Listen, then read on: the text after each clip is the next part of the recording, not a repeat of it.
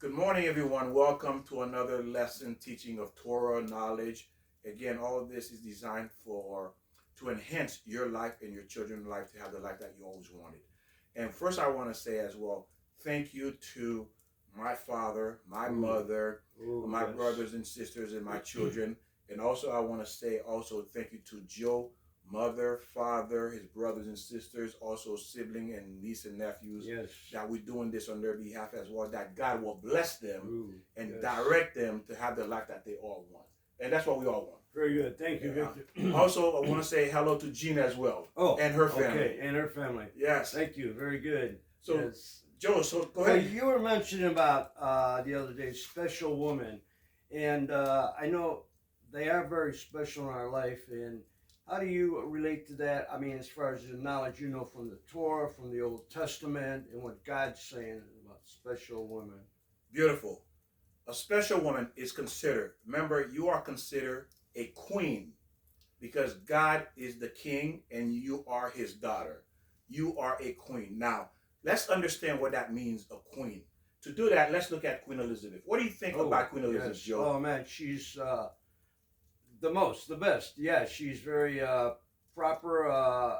Elegant. Elegant, yes. There you go, the way exactly. she carries herself. Anyone who's been following Queen Elizabeth, this is what God is saying. Why is Queen Elizabeth always meek and she always carries herself a certain way? She speaks a certain way. She dresses a certain way. She's always appropriate. She's always carries herself like she's almost perfect. Exactly, yes. Because why? She understands her role. She understands what her position is. And a lot of women, or all women, are queens. But the problem is they don't know their roles. I like you say that. Yeah, their roles. We all have to know our roles in life. And we're talking about women, special women, and they have roles. And they have to carry themselves that way. Yeah, absolutely. And if you want to be treated like a queen, you have to know how to behave like a queen. Right. But it's according. Now remember, Queen Elizabeth is carrying herself according to man law or man role, what a queen is. But this type of queen that we're talking about is above the Queen of Elizabeth type of queen. We're talking about God. You are the princess of God. You're the princess. Good. Yes. You are the king's daughter. I like how you say that, Victor, because in today's world, we're getting a lot of message how we all dress, and sometimes,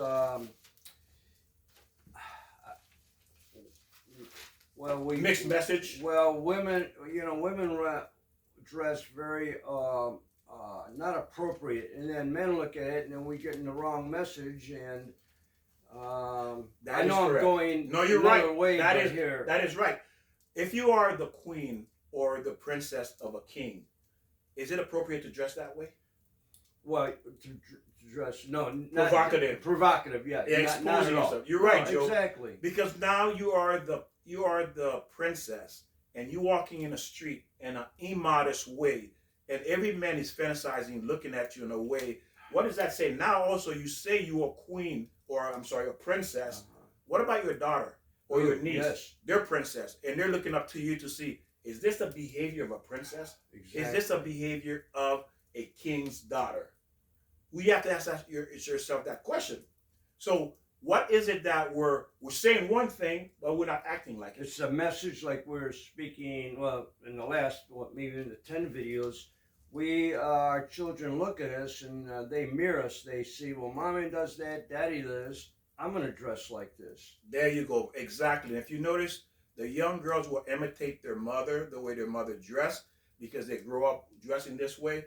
But yet the mother will dress them in a provocative way, but yet turn around, call them, you are a princess. How are you a princess? Yeah, no, not at all. Look at the confusion. Right. Well, I'm okay to look sleazy, but I'm a princess. Yeah, no, that doesn't work. It doesn't work. So this guy come up to you and you tell the guy, I'm a princess. The guy says, well, you don't look like a princess. You don't look like a princess. You look like I should pay for you. You see? So these are the mixed messages as women you give your daughters and your granddaughters and nieces misinformation because of the way you dress. Now, again, you can be higher than the angels or you can be lower than the animals according to the decision you make how you want to be. Not according to men as well, not just women. No, exactly. But the reason we're talking about women more is because you are special. You are above the man. You see, you are special because you are designed to help the men to become more. That's how important you are. The man can't be more without you.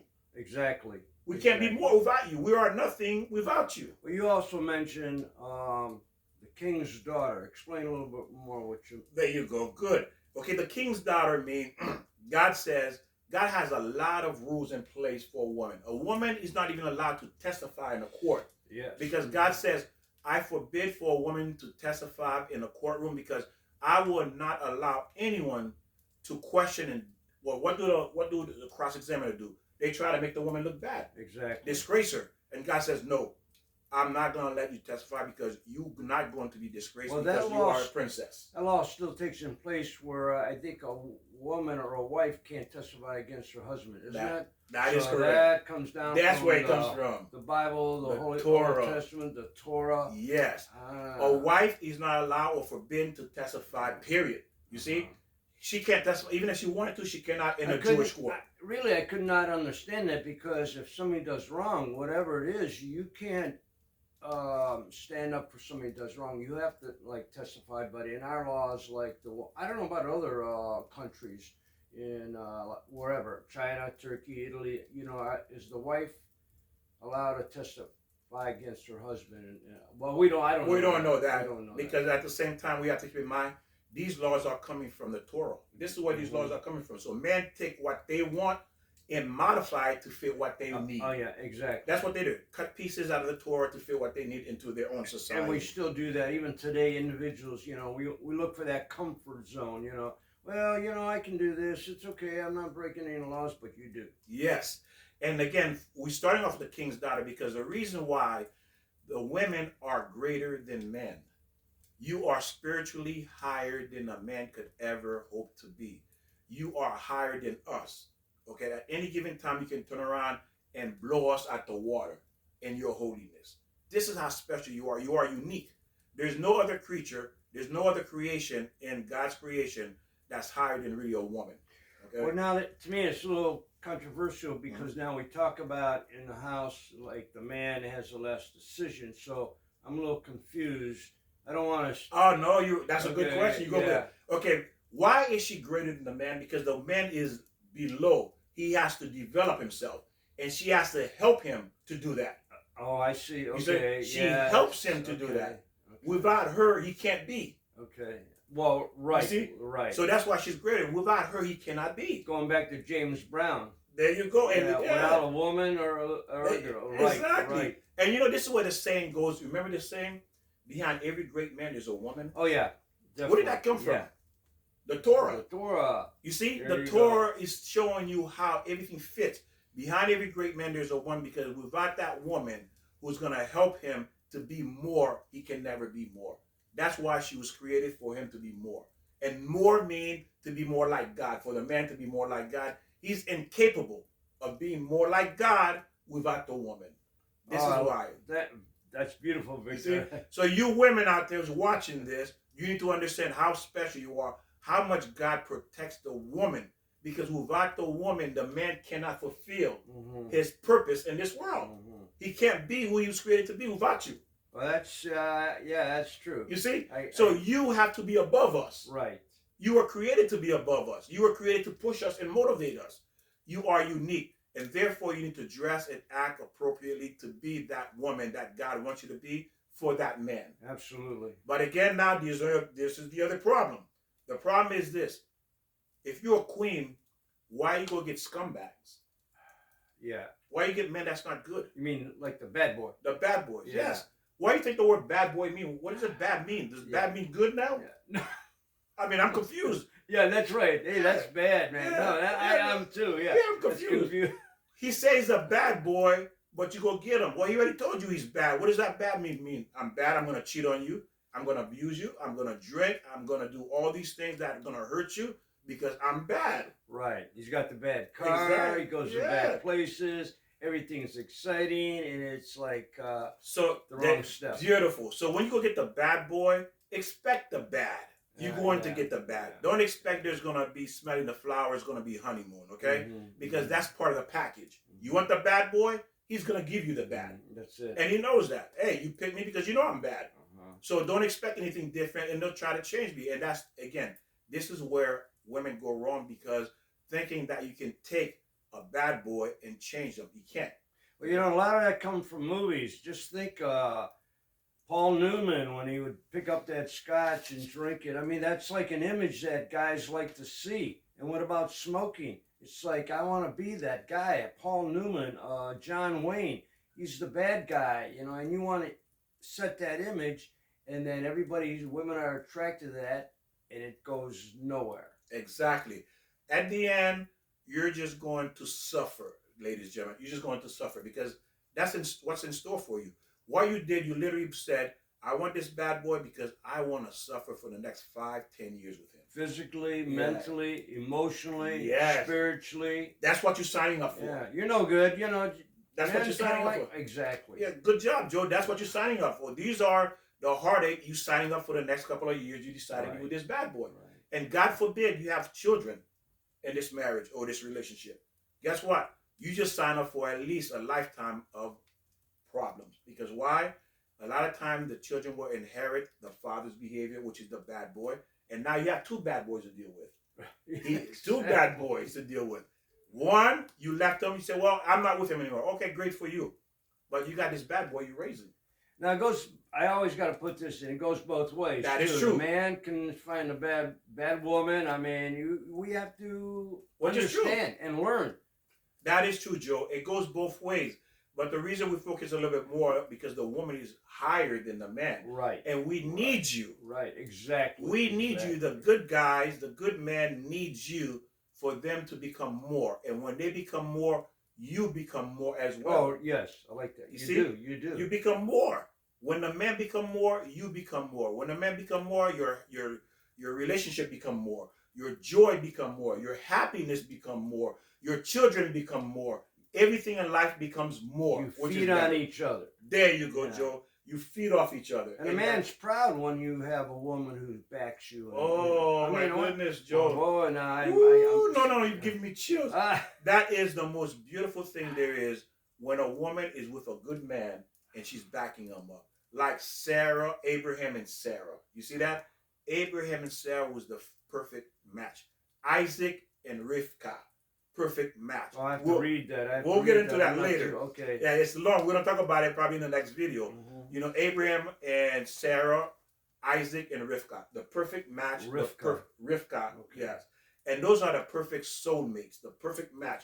And we're going to talk about how they found these people, how they come about, what to look for as we continue with this series, how to have a joyful, respectful, growing relationship that you will be proud, and your kids will be able to walk around with their heads up. Yeah, that's a good feeling to be, proud. Proud in a good way. I know to be proud sometimes could be a sin if you boast. Well, think about it. Okay, well, yeah. It's not that. Yeah, right. You're right. What you're saying, that is a sin. Yes. Well, imagine, Joe, you're proud of your father. And your mother. No. Imagine how that feels as a kid. Proud. As a kid. Right. As a child. Absolutely. To feel proud of my dad. To feel proud of my mother. I'm gonna share a story with you. There was this woman that a friend of mine was helping, tutoring, and I was talking to her about the Torah, about children and stuff like that. And then we talked about when a woman picked the wrong guy and the child is not proud because he says, well, I had nothing to do with it. You picked this father for me. Okay, I have a bad father because you picked him. You chose him. And you brought me into this world. Now, at first she was kind of, she listened because she was, a good student. She knew what I said was true. And one day out of nowhere, she called me. She says, Victor, you were right. This kid the other day told his mother, you gave me a bad father. You picked him. Yeah. Mm-hmm. You picked him. Because of you, I have a bad father. This child told his mother. And was he right? Yes, he was right. Sure, right. Because you picked him. Mm-hmm. You see? How is it women can go and say, this is the best place to get your hair done, your nails done, to get this dress, to get these shoes. All the wonderful place to make yourself look good, but yet you can't pick a good man for your child. How's that possible, Joe? Even just smoking. You marry a man who smokes, or if you smoke, you're passing on. And then you tell your kids, don't smoke. But now what are you? A hypocrite. You're smoking. Don't smoke, So what are you telling your children? Exactly. Don't Double drink, standard. Exactly. You're killing them. Now you're confusing them. And also you teach them bad habits. Right. Don't swear. And then you swear. And then you swear. But remember, ladies and gentlemen, you you are a queen. A queen is going to go out to look for a prince. There you go. How do we find a prince?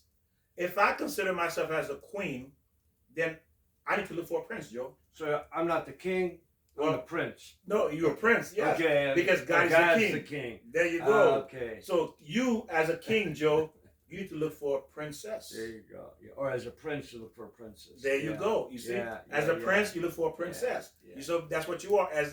As a princess, you look for a prince. I think I got one in the line here. Hey, so. there you go. And you know what? Think about it. We watch movies about prince and princess, don't we? Mm-hmm. Where's that coming from? Well, again, it comes from the Torah. Right, exactly. It's coming from the Torah world. Mm-hmm. This is what you look for, and that's why back then, kings and queens would marry their children to a prince of another kingdom, or a princess of another kingdom. You see, they would stay within that bloodline of royalty.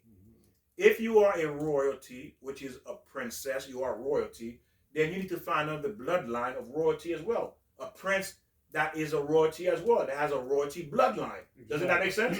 Exactly. Then what does your children become eventually? They become prince and princess. Let's clarify again, Torah. People don't know that word. They think it's writings by the Jewish people, but it isn't basically the Torah from God gave the prophets messages, and then the prophets wrote down, and there we got the Torah, which we got in the Torah is the Old Testament.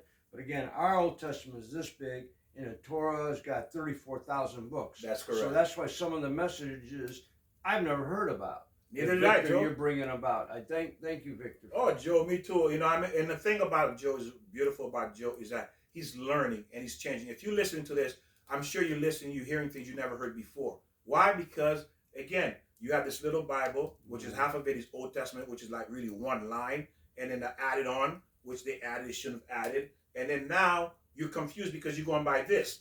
When there's 34,000+ unlimited amount of Torah out there to learn, to understand who you are, who God is, and the purpose of the Torah is instruction. How to live here, how to find a prince, how to find a princess, and how to raise a prince, how to raise a princess. Nobody teaches that. I mean, that I've heard in my experience, and I think most people don't learn that. Maybe in some cultures they do learn that, but you know, we go out and look for. First of all, we're 20 years old or whatever, and we have no messages who we want to meet, and we're not looking for the right princess. We're looking for the bad princess or princess. There you go. We're looking for the witch. The witch and the warlocks. Yeah, exactly. The witch and the warlocks, if you want to look at it that way as well. Beautiful, Joe. Mm-hmm. And that is true. We go out looking for the wrong thing, the wrong people, and then we're wondering, why did my life turn out that way, Joe? Why? Exactly. Yeah. Why? What did I go wrong, Joe? Wrong message. We didn't get enough message. So we went after the wrong people. Exactly. And then the worst part about it, we never thought about what's going to happen to our children afterward. No, exactly. We never thought about it. We're just looking at, hey, he looks good, she looks good, bam, we have a relationship. But it can't be. And we'll teach them the 10 Commandments, which is good, but there's more of life than just the 10 Commandments. Exactly. The 10 Commandments is just a foundation, a basic rule that the whole Torah came out of, but the Torah expand those 10 Commandments to understand in more detail how to live here. So now, back then, the rabbis were, like the fathers, would look for scholars, sages, or the very high people, very learned men who's been learning for all their life. Wait, would you say? Sages are very high learned men. Okay, never very heard that word in that. That's in the Jewish world because they learn and learn and learn, and they know the Torah almost inside out, but not completely because, again, no one can know all of it because it's unlimited. But they're so high, the fathers would look for these type of men to marry their daughters to. Yes. It says this: if Joe has a daughter and Joe has been learning Torah all his life, he's been learning Torah, and he has a daughter, I'm going to go to Joe. I want my son to marry Joe's daughter. Why? Because Joe's daughter learned Torah. Okay. She learned how to be. She understands how to be a wife, how to be a husband, how to be a wife, how to be a mother. And above that, she knows God. Right. So if my son marry your daughter, very good. Yes. they're going to have good children, and your daughter going to teach my grandchildren the right way. Absolutely. Very good. I like how you say that. It's good. This is what the Jews do. Okay. That's why, hey, you heard of arranged marriage, right? Yes. Yes. You see other cultures have arranged marriage. That's where it comes from. Arranged marriage. You see again, Torah again. Arranged marriage, the parents go look for the best possible mate for their children. You see? Of course, some use Torah information and some go by other information. But again, they got that from the Torah, the arranged marriage. And like I just explained, Joe had a daughter. This is what I would seek for. So they look for every opportunity to find the best father. Mm-hmm. The best father that has the best, that's learning Torah, that knows Torah, that fears God, and the best son that has a father like that, or the daughter that has a father like that, for you to marry them to. One of our friends, I think, is from Cambodia, and their family is like that. They, like what you're expressing. Arranged marriage. Arrangement, yes. Yes, and he's right. There are people, we have met people like that who have been in arranged marriage because that's what the family look for. But again, in the Torah world, there's so much more involved. Mm-hmm. But as I said, people take pieces. They don't take the complete knowledge to set up the arrangement, mm-hmm. the arranged marriage. And that's what we are here to do, is to teach you to understand as much possible. Mm-hmm. When you have children yourself, and they're going to come to you and say, Mom, Dad, this is who I love, this is who I want to be with. Or they ask you a question. Even in the United States, right. It's like you meet a girl or a guy and you say, I'm going to introduce you to my parents. So that's what you're doing. And that's where, the parents kind of like give the child some guidance about maybe the person that they meet. Yes. If somebody doesn't act right, swears, smokes, or then you can use those guidelines to teach your child. Yes. Your child, perfect, Joe. Okay. Excellent. Because that's what you're doing. You're teaching your child what to look for, what not to do. When you're looking for a spouse, he or she must have A, B, C, D, whatever the list may be that you're learning, that hopefully you're writing and you're sharing, you're teaching with your friends, you're sharing these videos. So that way, again, you're not going to remember it. There's a lot of information. Remember, to remember this, you have to watch this video at least 100 times. Every time you watch, you're going to learn something new. And the point is, there's tons and tons of information what you need to know in order to get into a marriage, into a relationship. Oh, absolutely. Because marriage is holy. Marriage is the soul being bonded. But it goes further than that. Marriage means there's generation after generation going to come after it. Mm-hmm. Right? You're producing new generations. Mm-hmm. And what are those future generations going to look like? Well, and it all depends on who you marry.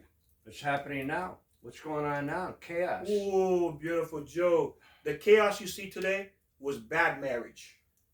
Right, exactly. Bad marriage. Exactly. That's why these kids look the way they look today. Bad marriage, bad partners, people you choose to marry.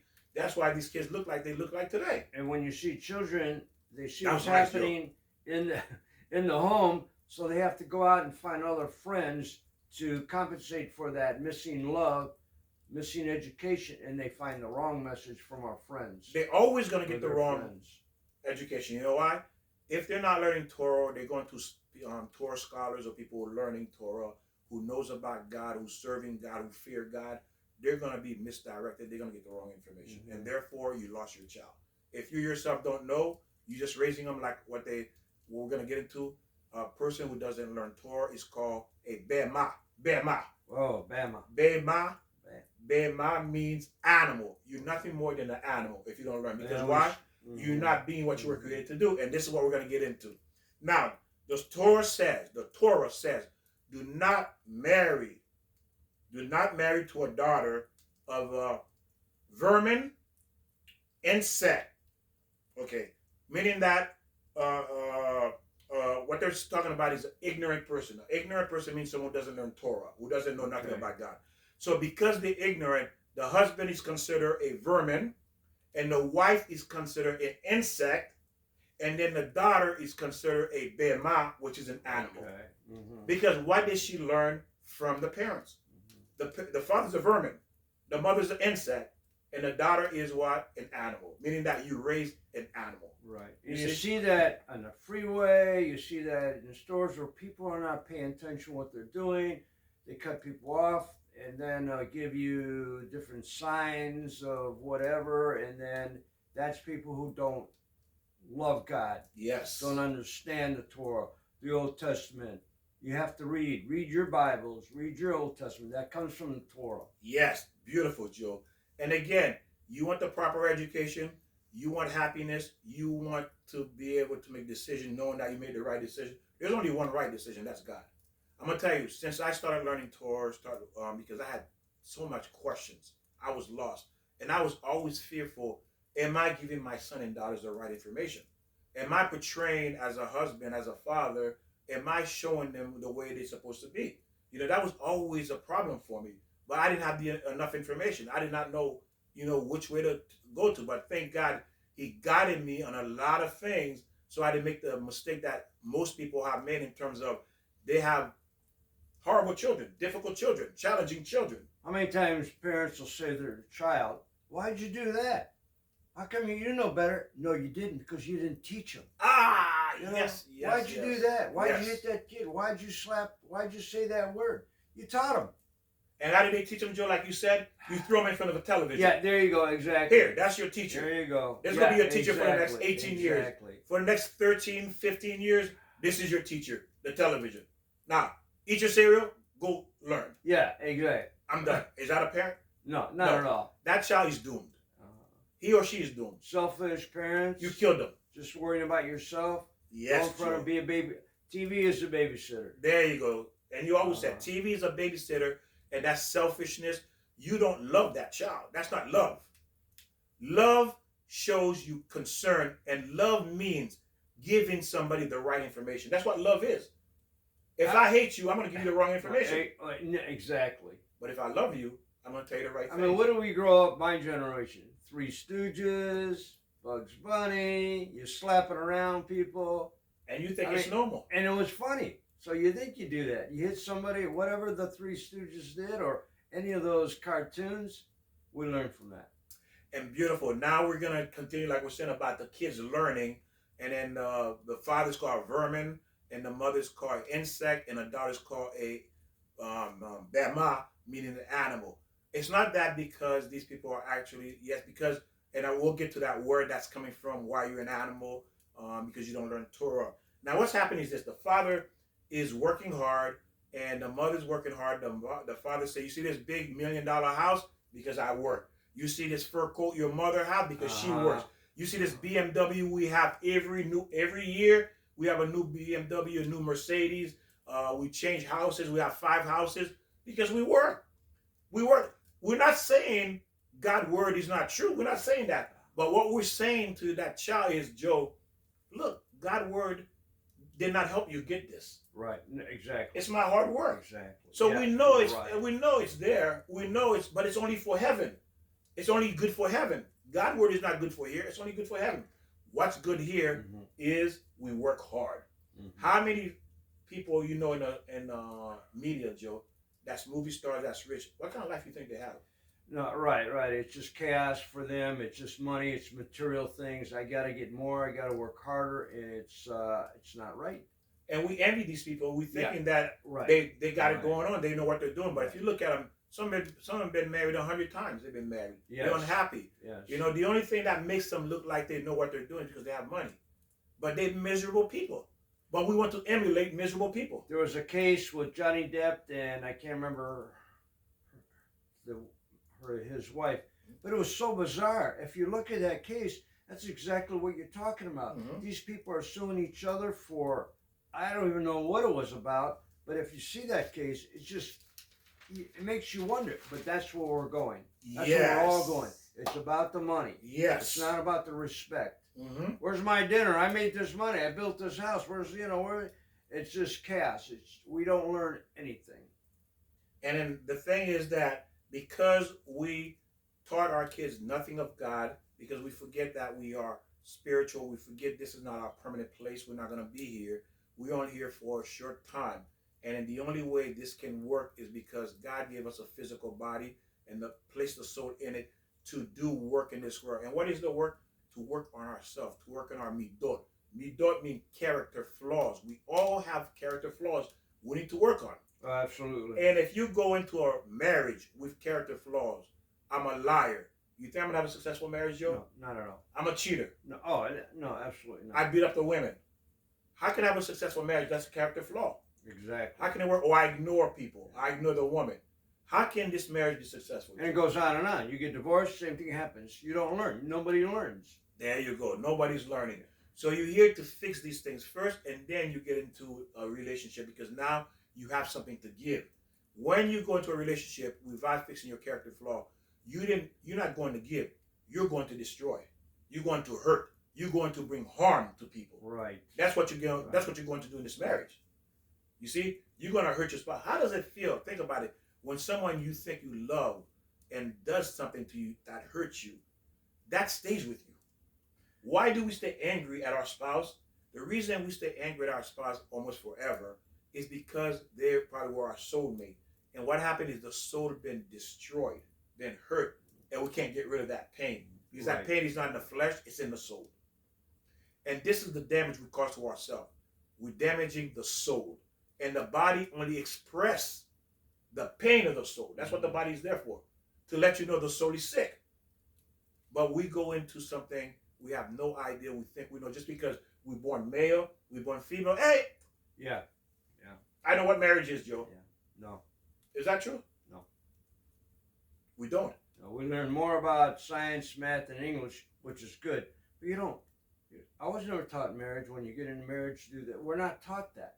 Exactly. And you see that all this video, how long is going on and on these series, because why? There's so much information that we need to know to understand before we enter a marriage. And now we're going to continue. And now again, we talked about the belief system. Now it's not that these people are ignorant, that they can't learn. It's because they choose not to learn because they said, this is not important. What's important is making money. So I was just going to say how many parents do that, Joe? No, I think we all get wrapped up. Most of us, naturally there's people out there that don't, but most of us get wrapped up in, I got to make the money, I got to buy this, got to buy that. The Joneses next door, they got this, so we got to outdo them. Oh, the competition. Competition, yeah. The competition of the Jones. And you're right, Joe. Every time, and then we make excuses to justify our stupidity. You know, we want to work, instead of working the regular hours, we want to work 20 hours overtime, Joe. Why are we doing that? And then we have a wife. Greed. Part of it's greed. Competition. Jealousy. Jealousy. Yeah, because we want to have what the Jones have, like you said.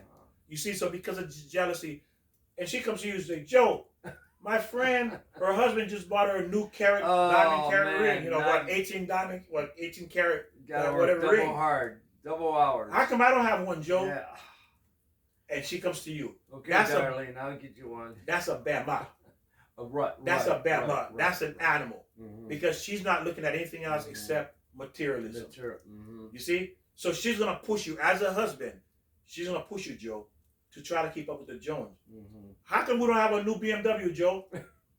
How come we don't have a new house, Joe? And we fall right into it. I'll get that to you. I'll get that for you, darling. And you know it's a black hole because you never fulfill, and you can never fulfill that, Joe. No, it gets. You'll never fulfill her. No, vice versa too for the men too. You can never fulfill someone who has a unimaginable appetite for materialism. Right. Because it doesn't stop. It only grows. The appetite for materialism only grows, and as it grows, you drift from your partner because you see your partner is unable to provide those things. And that's what's happening. It's just spinning out of control. And what do you do, Joe? When that person cannot provide you for those material things because your appetite is so huge, just keep growing, what do you do now, Joe? You tell me.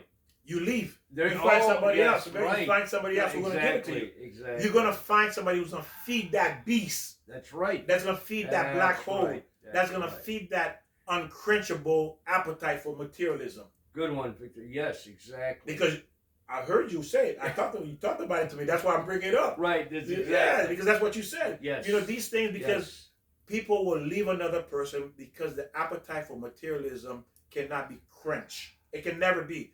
The Torah says if you have $1 million, you want 2. You have 2, you want 4. You have 4, you want 8. Never enough. It's never enough. Never enough.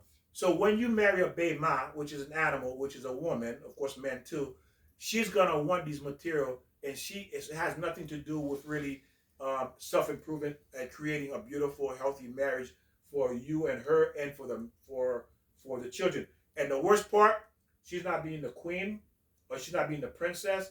And the worst part is that she's not being the woman that she's created to be, because she's higher than you. What she's doing now is dragging the man down. Right, yes. You see, yes. the man can't be his full potential, because her job is to make the man great. There you go. That's her job. Yes. So if she's running after materialism, guess what? She just destroyed everybody. Everybody in a relationship is destroyed. The husband, the children, and her. Because eventually there's going to be a divorce. And now the children are between homes, and they're getting the wrong education because now you're going to find a man who does possess this materialism that's going to quench your thirst, but he's a horrible stepfather. And that's what's happening, well, in the United States. I mean, it just keeps on going on and on.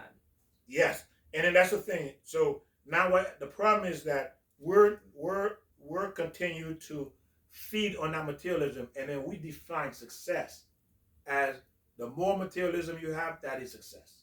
Isn't that how, like you mentioned, when the women see the guy in a nice car, Joe, you go ahead, go with that. Well, Victor, I'm one step behind today, so no, you got the format. All right, you were saying yesterday, you were telling me, hey, us guys, we have to get these things. Because we have to have a nice car, we have to have the money, because that's what the girls go after. No, exactly. Right? Right. If they don't have it, what happened? Right. They don't want us. Right, exactly. So do they want us for us, or do they want us for the car? No, for the car, yeah. The excitement, the bad boy, you know. Oh, yes, Joe. And that's what I'm saying. And we're thinking as fools, as mad, as foolish as we are, we're thinking, oh, she loves me. Mm-hmm. No, she loves the car, you fool. Well, we look at the same way as men. We look at the woman. Ooh, I want that. And, you know, it's like she's being...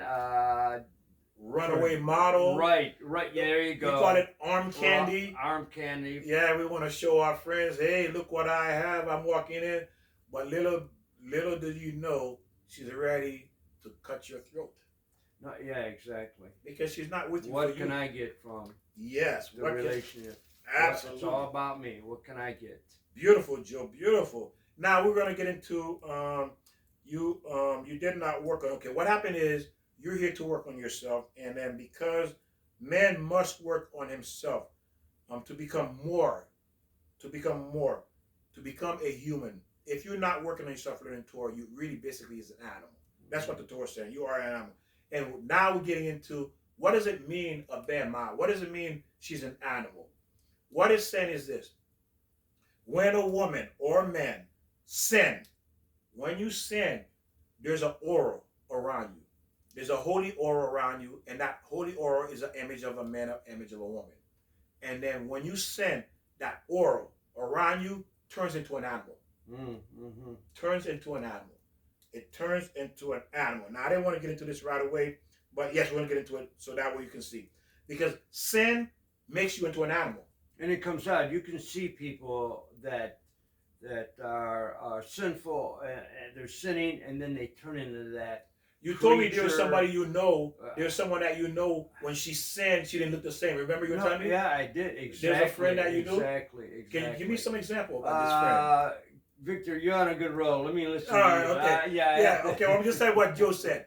Joe says he had a friend that she ended up cheating on his friend. Okay. And then before you could see the joy and glow on her face, right, remember? Exactly. And after she was doing these things, you can see this. She knew that she was sinning, and she was devastated, and she was so confused. And you said you saw the sadness on her face. Well, absolutely, yeah. Yeah. It wasn't the same because she knew the sin. We know when we sin or if we do something wrong, we feel guilty, and it comes out. The visual comes out of us, and it's very obvious to a lot of people. And you know the thing, have you been to your mother or your father or family or friend home, and then the first thing they say when they see you, you don't look happy?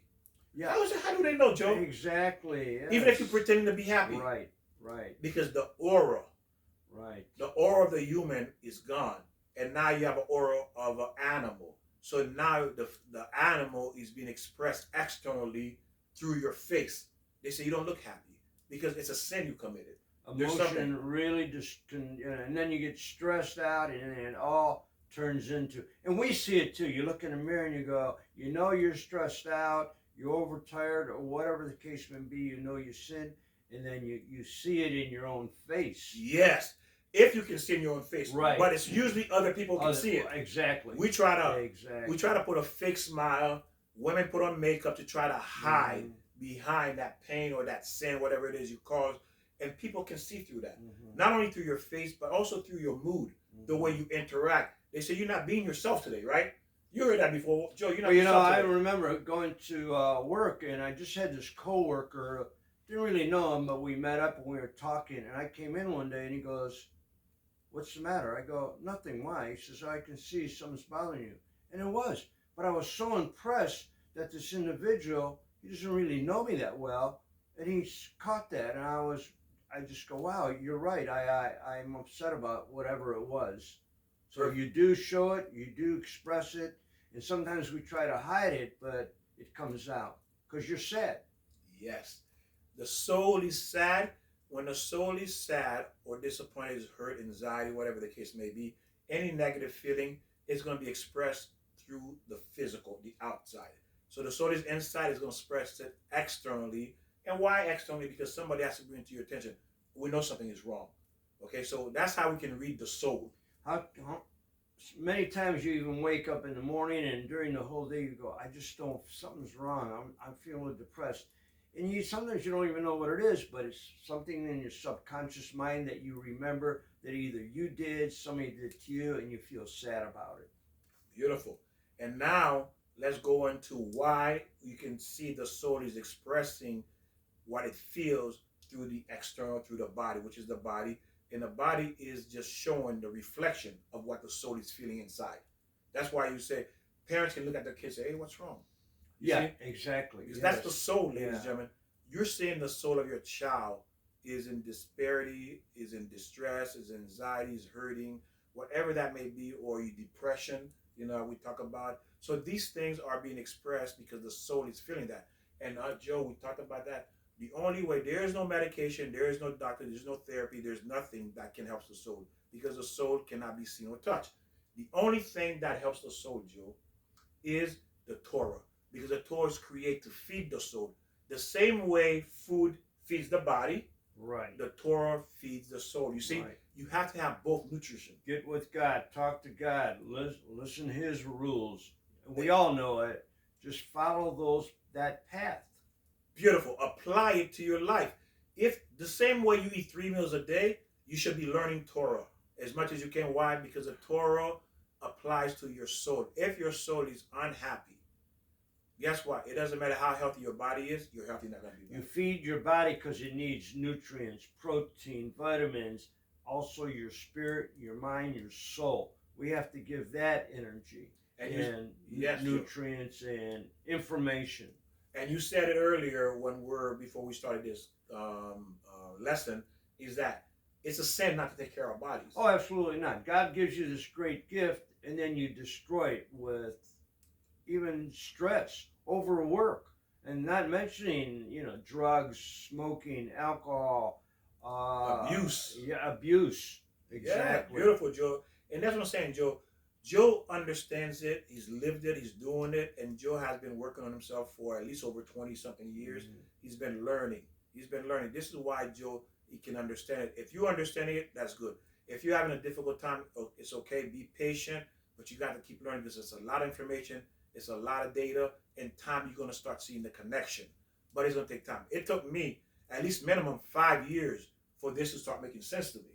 You see, because I had to learn a huge amount of data before I could see the connection. And that's why God says we didn't come to this world. I mean, we can have fun, but again, the Jewish people, God says you really have no time for anything. Your family, your children, if you're working, and Torah. Because where are you going to fit 34 or something like that this morning? Right. 34,000 plus book you have to read in your lifetime. How are you going to fit that if you're watching movies, you're going to football games? And how are you going to be the better man? And we are each other's teachers. I mean, we can learn just from each other. Listen what everybody does. Whoever. It could be a bum on the street. Even if somebody does something wrong, you can learn from that, not to do it. We know how to act, but we have to look and get the information from our parents, from our loved ones, from everyone. Each one person you meet, even if you bump into someone in the store for some reason, I think that's God saying, okay, you guys, you got to learn something from each other. So always look for the signs, but pray to God, like Victor says, the Torah, the Bible, get into your religion and follow those 10 commandments. And don't forget, there's 600 and what, 34,000. 13. Commandments. Yes. Yes. Mm-hmm. Good job. Yeah, I only knew 10. And then I just realized that Moses or Noah had 7. Had 7. Yeah. Where did that come from? Because they already knew some of these things God has given them. You know, because remember back then too, God spoke to them as well. Right. That's what we have to remember. Right. Because they were the vessel, God was able to communicate with them. So God had given them certain laws they had to live during their time. Even day one, Adam and Eve had rules to do. They broke them out. Oh, Joe. Yes. And there was one rule God told Adam. Don't eat from this tree. There you go. See? There was already rules. See, people say, well, where is these rules coming from? Well, if you know Adam and Eve, God gave them one law, one of the commandments. Yeah, exactly. Don't eat from this tree. Don't eat from this tree. You see? Don't do it. So that's beautiful, Joe. You know what? I like that. I really do. Because, again, it shows from the day of creation, there was one commandment. Right. You know, you say where it's coming from? Well, from day one we had it. I really believe, too, the Bible was given, God has given all this information when we were born, day one. I think if you really search yourself, we know it's between right or wrong, but we still have to learn. We have to teach our children when they're so immature and young. I mean, a baby. I mean, just think of any human being. We have to learn. We have to teach them. Beautiful. And now let's talk about Daniel. Daniel and the lion den. This is a famous story.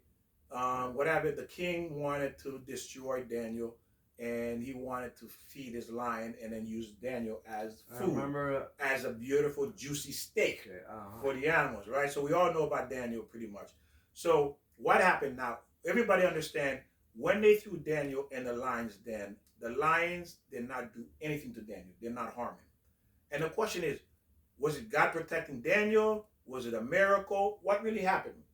This is what happened. Because Daniel was a holy man learning Torah, living by the word of God. And as I mentioned earlier, as we talked about that, when you learn Torah, when you learn the word of God, you have an aura around you. An aura around you, that's yes. Yeah, you have an aura. Yes. In the image of a man. Okay. Now, this is where it comes in. This is the very important part, ladies and gentlemen. When you have an image of a man, the aura around you, that's surrounding like a shield. Animals can see things we can't see. We all heard that before. Dogs, cats, animals can see things we cannot see. Right. So these animals, they can see what we cannot see. So they can see this aura. Because they saw aura of a man on Daniel, because he was protected, because he was learning Torah, this is why they did not consume him. They feared him. Not only the lion were so scared, they didn't even roar. Because that's how terrified an animal is of a man who learns Torah. Who learns Torah. Now, when a man does not learn Torah, that aura, you look like a cattle.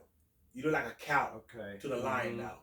When you don't, you see what I mean? Ah, delicious. Yes. Yum, yum, yum. I'm having dinner tonight. You are the cow I'm going to eat. Because this is why animals attack human beings. Because what they see, that aura of a man change into a cattle, into either a goat, a sheep, a cow, a pig. This is what they see. I've heard some people even mention, they say, I see this aura around you. Now, I don't know if we're talking about the same thing, but some people see, and it seems like they're genuine because they go, wow, you got this aura around you. Beautiful, yes, Joe. What are you talking about? Remember when Moses came down the mountain? Oh, they say he was glowing? Yes, right. He was glowing? Right, see, Moses was the first example of aura. Because why he says came down, he had a glow on his face, a shine. That's the aura the animals see. But God did it this time so humans can see that aura. I see that when you have a little baby and a dog will come up to the baby and like the dog knows not to, to be very gentle. Or the animal, the kitty is very gentle to the baby and you go, why isn't the dog eating the baby? Because there's some connection between, or even any human being. Sometimes you see a dog or an animal come to you and it's very soft and it's just like, that's probably the aura that the animal picks up. Yes, you're right, Joe. That's what it is. If you have no sin, you're going to have the aura of a man, a human being, an Adam. An Adam is called a Jew, a human being. Adam is a man. So when you have that oral, animals going to be afraid of you. That's why they didn't devour Daniel, because they were afraid. Because animals are created to fear man. And the only way you can be a man, by definition, you got to learn Torah. Yes, exactly. If you're not learning Torah, they throw you in a lion's den. Guess what? Get on your knees and pray. And before you know, in a couple seconds, you'll be in heaven. Because why? You're lunch. You're going to be lunch. Yeah, you're lunch. Now, I've heard about auras being like different. Are they different colors? Somebody mentioned like I don't know if that. And we don't have to get into it. No, I don't know. All I know is that there's an aura. I'm only teaching this as much as that I know. Right. You know what I mean? Because there's so much information, so you understand the Daniel story, Daniel and Lion's Den story. So we understand why they're calling the woman the father of vermin, the mother insect, and the daughter a behemoth, which is an animal. I'm not too familiar with Daniel. That's one of the Old Testament? Yes. It's in the Old Testament. Mm-hmm. Read that. I'll read that.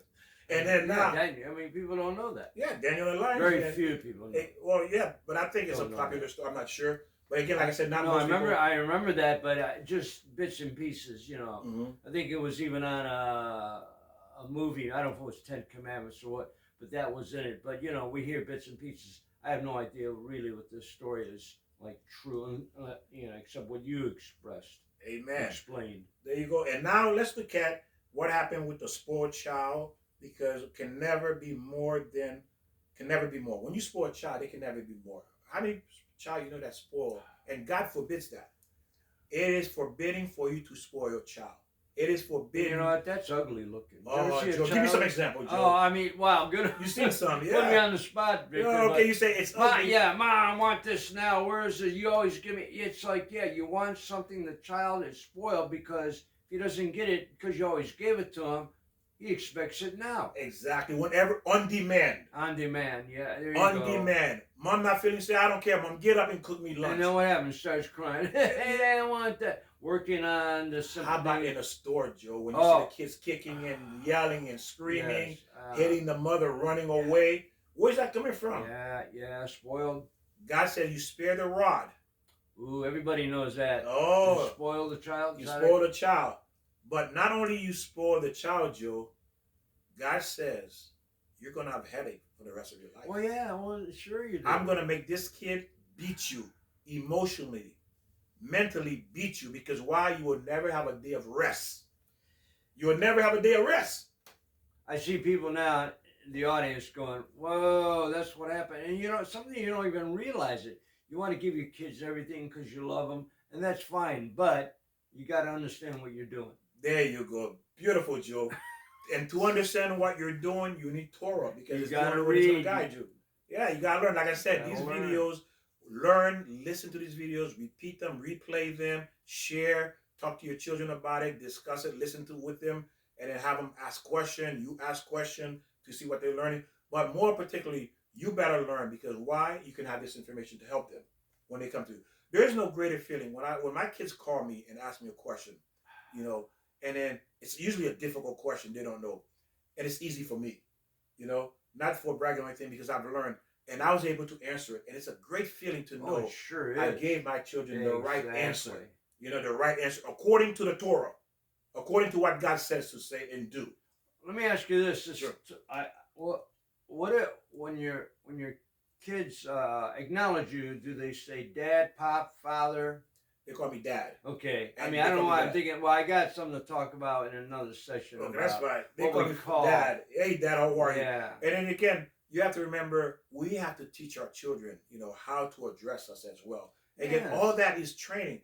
I mean, there's endless amount of information, how to be a father, how to be a mother, how your children are supposed to be, how to treat it. It's endless. As you can see, this session continues as we continue, you know, teaching, because it's almost endless. So now we have to look at, we here because it takes work. Marriage is work. You have to work. You have to work at it. I could never understand that when somebody said, well, you know, you got to work at your marriage. And I thought, why work? You're together. You love each other. It's just automatic. I thought the same thing too, Joe. I mean, it isn't. You have to have work. Even like we talked about putting a note. I mean, that's very trivial, I'm saying. But, you know, express and love and respect your spouse, you know, and that's part of work. I mean, but it's not hard work. It's just common sense. Where's the work coming from? This is the work. One, learning Torah so you know what to do, how to treat your spouse. Two, you constantly analyzing what do my spouse need. So you're working all the time, 24/7. Right. What does she need? What does he need? What are they missing? You know what I mean? And then you're going to respect, all those things. All of that is you have to keep mindful as you are cohabitating when you're living with your spouse. You need to understand what to do, when to do it, how to do it. That's work. Well, now you're mentioning about spoiling a child. We can also spoil our spouse. Yes. We have to be, there has to be a fine balance there too. Always a balance. There's always a balance. You always have to balance how to give. And you know what? Give and take. You jump ahead again, Joe. I'm going to give you an example to understand what that balance is. Because since Joe jumped ahead, I might as well. Imagine you're a farmer. Okay, you're a farmer, Joe. Okay, yeah. And then you pray to God. God, give me rain. I need rain for my crops, right? Everybody understand that. And God gives you 10 days of rain. Right. Is that good? Right. Well, too much rain, but me. No, it's not good. Oh, tell me. Now you flood your crops. Your crops are flooded. Okay, right. 10 days of raining, you flood the crops. So that's not good. Yeah. That's a lot of giving. Yeah, I missed that. Yeah, no, I know. Okay, no, good. That's a lot of giving, right? Right. You gave too much. So God gave too much rain, and what did God do? God forbid, of course. Just an example. The crops got ruined. Yes. Then you pray, and God gave you good example. I like how you say that. Yeah. Hey, because again, you're ahead. Right. God gives you a little bit of water, a little bit of rain. Is that good for a little bit of rain? No. Well, no, you need a little more. Right. You need a little more. Right. The crop still dies. That balance, you say. There you go, That's what you're Joe. talking about. Yes. So the balance of amount of rain has to be there for you to be able to say, this is good. Good means a balance of giving.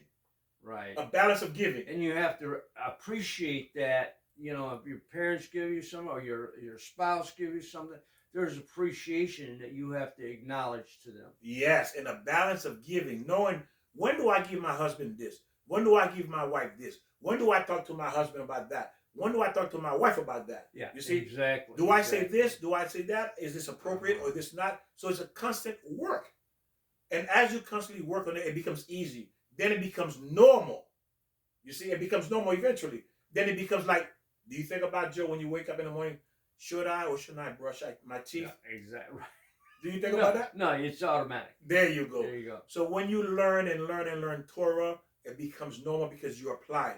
What I've done, as I learn, I apply. What happens when you spoil your body? Where you go, oh, that cake's good, I'm having a little more. You ruin the body. Yes, you get the belly. Yeah, there you go. And then diabetes and all the health issues. You got to buy new clothes. You can't fit into your other clothes. So you see, when you go too much wrong in one direction, it ruins it. Even though it was good, the intentions were good, but you got to balance. And that's where you come into with the kids about the spoil. You had to balance it. Absolutely. And that's why I said, gentlemen, kiss your wife's feet who's home taking care of these kids. You should be coming home saying, yum, yum, yum, yum, yum, yum, yum, yum, yum, yum, yum. Yum, yum, yum, yum, yum. Right. She has to run away from you because you keep trying to kiss her feet. Right. Yeah. Make her run. Say, no, stop kissing my feet. Leave me alone. I get it. I appreciate it. Thank you. That's how she has to feel when you're kissing her feet. Make her run because, hey, I have to take care of the kids. You keep kissing my feet. What do you want me to do? You have to make her feel like that. That's funny, Victor. Yeah, yes. No, you're exactly right. But you're exactly that's a good woman, though. Yeah. A good woman, okay? A woman that's doing her part. Right. Okay? Right. Because I know you're not going to feel like that if a woman is making you miserable. You're not going to feel like that. But you have a good woman. When she see you, she should run from you because she know you're going to be kissing her feet. There you go. So, oh, my husband's coming home to kiss my feet all day long. That's why they should be, ladies and gentlemen, okay? You need to understand, if you have that kind of relationship, and think about it, now your wife telling her friend, I have to run away from my husband. So what are you talking about, run away from my husband? He keep kissing my feet. She said, what? Yeah. Send him to me. Yeah. Let's switch husband. You take my husband, I take yours. You see? Make a woman jealous. No, exactly. You take my husband and I'll take yours because I want him to kiss my feet because I don't get that. You see, ladies and gentlemen? So you need to understand, you are a princess, and a princess deserves to be treated in a certain way. And the only way you're going to get that is your prince. Your prince is going to know Torah. And why is he a prince? Because he's learning Torah. Because he knows how to treat a princess. And literally, you're not literally. I mean, you can kiss feet literally, but you know, the word is respect. Yes. That's what it is. You have to have respect for each other. Yes. And now we're talking about the man, and we that's gone. Respect. And respect is manifest in many ways. Like respect could be showing you, like you said, kissing her feet, bringing her flowers, bringing her like she like this chocolate, like you were saying. Right. She may like this M&Ms. You bring her home M&Ms. She likes M&Ms. Or a simple note. Or note. There you go. Beautiful, Joe. You see, and that's what he's saying. Respect can be translated into action. Yeah, action. Action. Right. That I love you, I respect you, I acknowledge you, I know what you do, and I will never forget what you do. No, exactly. And that's a beautiful relationship and marriage. And that's what God wants us. It's in it. Ask God for it. Read the Bible, read Torah, read the knowledge. Yes. That God wants us to learn. Remember, princess. There you go. Find a prince. And what is a prince? A prince is someone who learns Torah, because through the Torah he learns what a princess is. He learns how to treat a princess. Now you go get a behemah, which is an animal. What would you expect? You married to an animal, he's going to treat you like an animal. Absolutely. Right? Right. Do you expect your animal to treat you like a human being? Right. No. Your animal going to treat you like an animal. Right. Exactly. That's what animals do. Mm-hmm. So you have an animal, he's going to treat you like an animal. And again, you lost your status from a princess to a behemah, which is an animal. And that's why he or she treats you that way, because they see you as an animal like themselves. Oh, yes. That's why these bad boys sees you. Hey, I'm an animal. There you go. You want to be with me? Yeah. Well, I'm going to treat you like an animal because that's all I know how to do. There you go. I only know how to be like an animal. That's what happens. Right. And that's what these bad boys do. Treat you like an animal because you saying to him, I'm an animal, so therefore I deserve to be treated like an animal.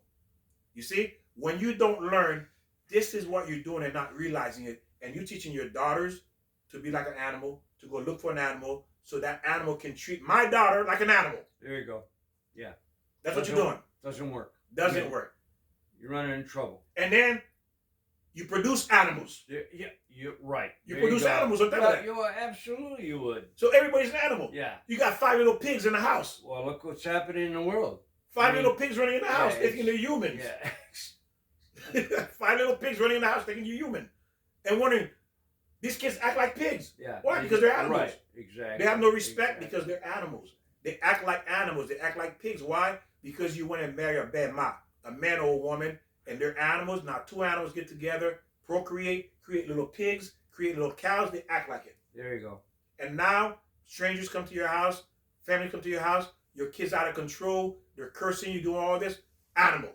And that's what's happening in the world. Animal. That's so what's happening. You see? So beautiful, Joe. And now, as again, just to receive, when you're a person who's just receiving, you are like an animal in the zoo. If you just take, receiving. That's all you're doing, taking. Right. Think about it. What do you do to an animal in the zoo? Right. Aren't the zookeeper feeding that animal? Yeah. Exactly. What does the animal do in return? Nothing. No, not at all. Right. Yeah, the zookeeper give them food, give them water, give them shelter, give them medical treatment. You know, so everything they need is given to them, and all they do is take. That's why you have pets. What do a pet really do for you? To be honest with you, no. Except very take. Rare. Right. Very rare. Most of them. Right. They take.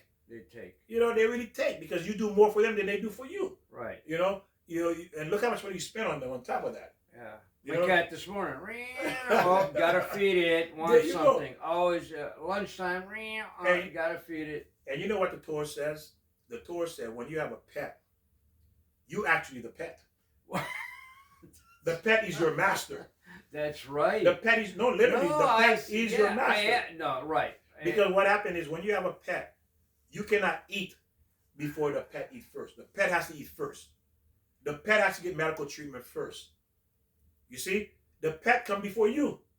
So you are catering to the pet. You now serve the pet. Right. The pet is your master. Right. So you just created a master for yourself, which is the pet. Now, pet lovers, though, I mean, some pets, they give you that comfort when they sit on your lap. There's a joke says, a woman says, I'm late because my cat was on my lap. I mean, when a cat's on your lap, you don't want to disturb your cat. I mean, the cat does give you, or animals do give you some, horses. But Victor's right. What are we doing? Got to buy the food. I mean, what's it cost for a horse? What's it cost? $200-300 just to feed them, and that's just to feed them. What about grooming? So actually, they become your master. We're catering to the animals. Yeah, the animals are now your masters, and this is why in the Jewish world they don't have pets, because why? They don't have time to have another master. The only master there is God. After God, your wife. After your wife, your children, and then that's it. You see that? Because this is what you came to the world for. Of course, you help other human beings. I'm part of that. But again, God, your wife, your husband, and then children. That's it, ladies and gentlemen. There is no room for pets in the Jewish world because why? There's no time to take care of them even if they wanted to. There's just no time. And it's not a good idea because why? Instead of wasting time playing for a pet, you should be learning about God. Wait a minute. I do remember one time coming home from work and I saw the dog was washing my car. Oh, what? Oh, wait a minute. Did he serve you too? Yeah. Did he have dinner cooked? Did the dog have dinner cooked, Joe? Did he clean the house? Did he take out the trash? Did it all. Did it all? Yeah. He fixed the roof? Dogs. I'm sorry. No, you're right, Joe. And this is what we do to ourselves. Right. It's a joke. Yeah, exactly. It really becomes a joke because when you really look at it through the lens of the Torah, we make a joke out of ourselves. Exactly. We ruin everything. We ruin ourselves, we ruin our children, we ruin our marriage, and then we want to blame other people. We get angry. We retreat back into ourselves and say all men are garbage, all women are garbage, kids are no good. Well, we did all of that. Yeah, no, exactly. We created that. Exactly. And we see that. Everybody sees that out there, what's happening. We took part of that. Absolutely. And how did we create that? Absolutely. We did not learn Torah. No, right. Exactly. It's our creation. Exactly. Everything that's bad in this world is our creation. We created it, not God. Yeah, no, exactly. You see? So we can't blame no one but ourselves. We cannot blame if our children fail but ourselves. If you did not learn Torah. Okay? That's if you did not learn. If you learn, you taught them, then it's not you. You're not blamed. God does not blame you. But if you did not, and your kid went astray, you are to blame. Because you had information, you were supposed, because remember, God says in the Bible, in the Torah, raise him in my ways. Listen to what he says, in my ways, Joe. He didn't say, Joe, raise your son in my way. Mm-hmm. He never said your son or your daughter. Mm-hmm. Him. Mm-hmm. Him referred to the soul that's in him to prepare him. But you chose to opt. You chose not to do it. Well, if I go up there when I move on from this world, I'll have to ask God, you shouldn't have gave us free will. I mean, I think free will, people don't understand what that means. It's like you have a choice of doing good or bad, and then a lot of times we do bad. When we were told the 10 Commandments, we know what to do, but we choose something to be greedy, selfish, ugly, hateful, adultery. That is true, yes. And this is what I'm saying. We can't blame God for our ignorance, choosing not to learn, thinking we know more than God. We're going to have a better life. God rules is obsolete. God doesn't know what he's talking about. I know more than God. And then people feeding you with misinformation, with stupid ideology that they came up with because their marriage failed. Or, it didn't work with Bob, it's going to work with Joe. It didn't work with Joe, it's going to work with Harry. It's going to work with Harry Potter. It didn't work with Harry Potter, it's going to work with John Wayne. It didn't work with John Wayne, it's going to work with Clint. It's going to work with Clint Eastwood. It didn't work with Clint Eastwood, it's going to work with Madonna. It didn't work with Madonna. What about Fonzie? Fonzie, it's going to work with Fonzie. You see, this is what we do. We become nothing but destroy ourselves and destroy our soul, destroy our body, destroy our mind. Because it becomes failure after failure after failure.